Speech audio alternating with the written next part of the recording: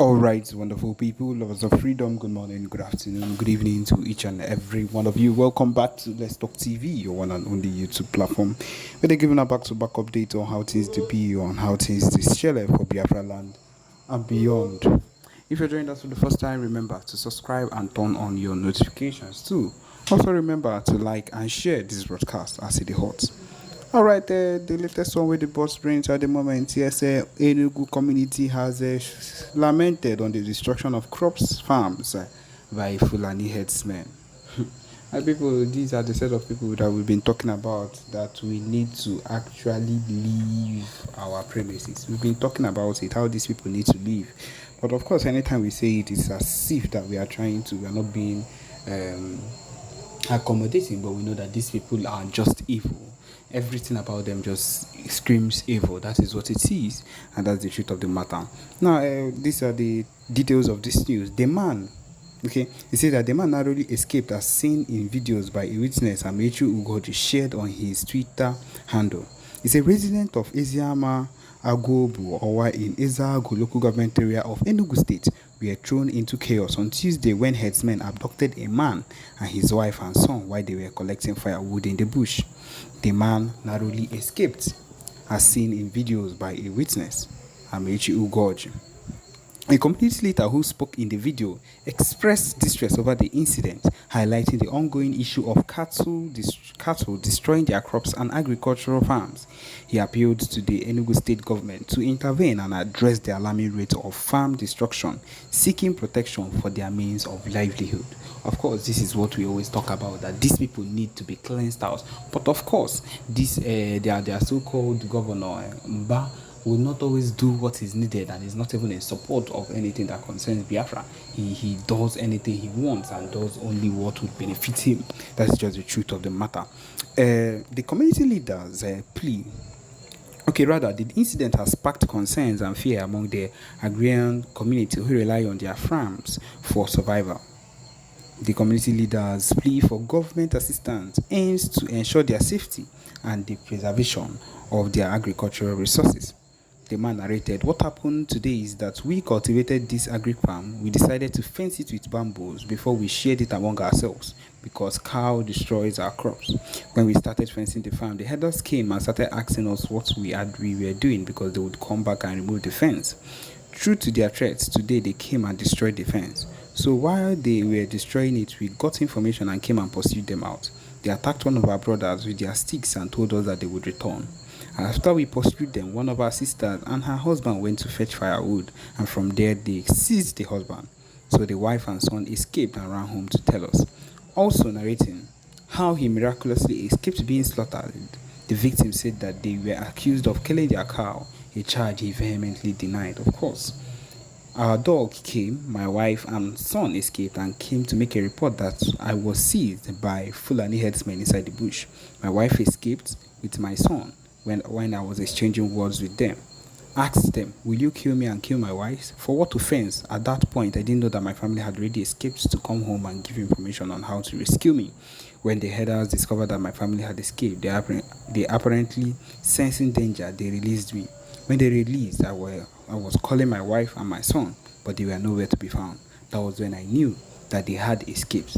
The farm the herders destroyed is located at the place called Agric in Eziama Agobo. And these people are becoming a very big terror to everything that we hold dear. And if we do not take things seriously at this point, it's going to enter another thing and we are going to suffer for it in the nearest future.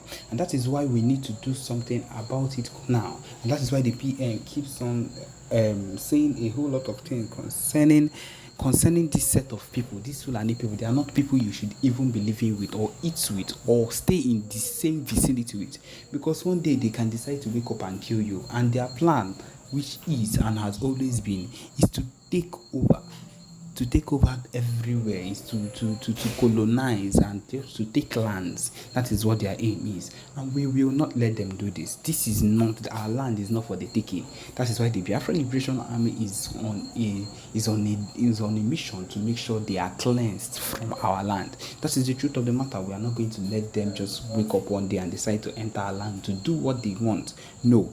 We are not going to let that. My people, that is just the truth. Has confirmed from his sources that this particular thing was a lie and that we did not lose up to this amount of soldiers. He has exposed them properly, that we did not lose up to those soldiers, because that is what they normally do. They wake up in the morning and they feel, hey, we can do this, we can do that, we can expose, we can wake up in the morning and expose or talk about anything we want to say, because they are in charge of the media. Of course, that is what they will do. That is what they will do.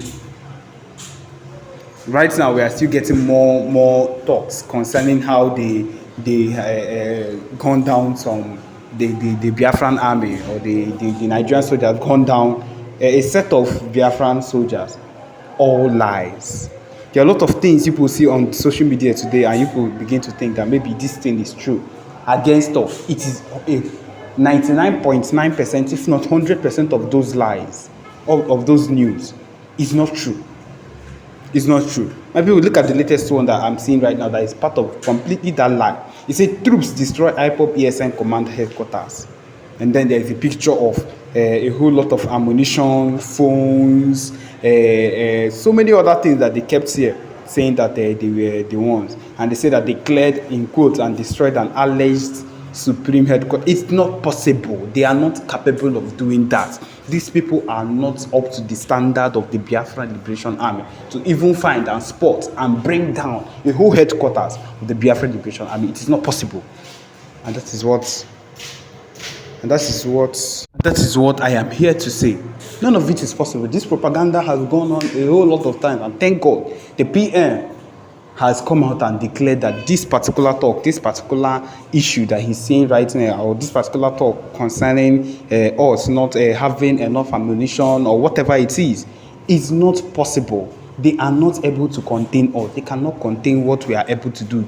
They are not fit to contain what the Biafra Liberation Army can do.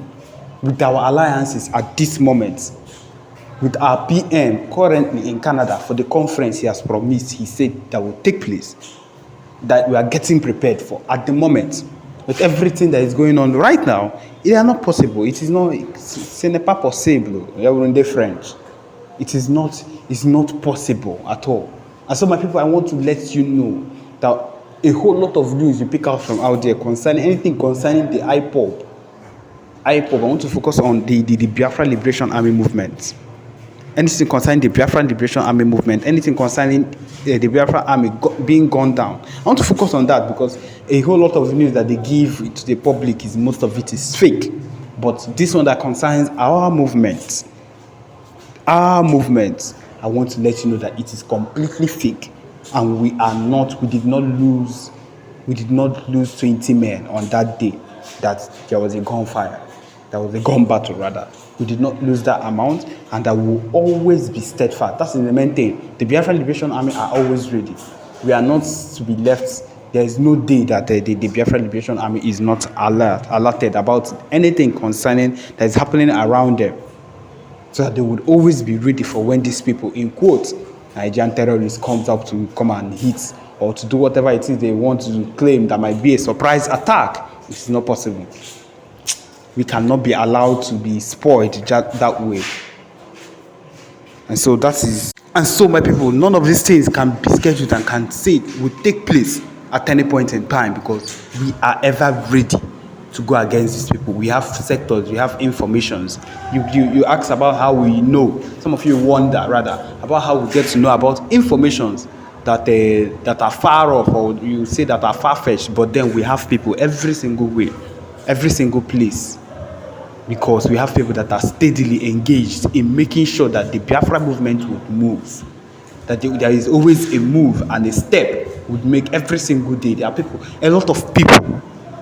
We have thousands, if not millions, of people ready at any point in time around the whole world, giving information whenever they get them. Every single person. There are a lot of people that are involved. If you're not working right now, if you're not giving information or whatever, then that's on you. But we have people that are giving valid information, resources every single. So we know there is always information, key, legit, legal information whenever it comes, and that is how we know the things that are going on in wherever we are, that concerns the IPOB movement, that concerns the Biafra movement, that concerns this movement, that would see to our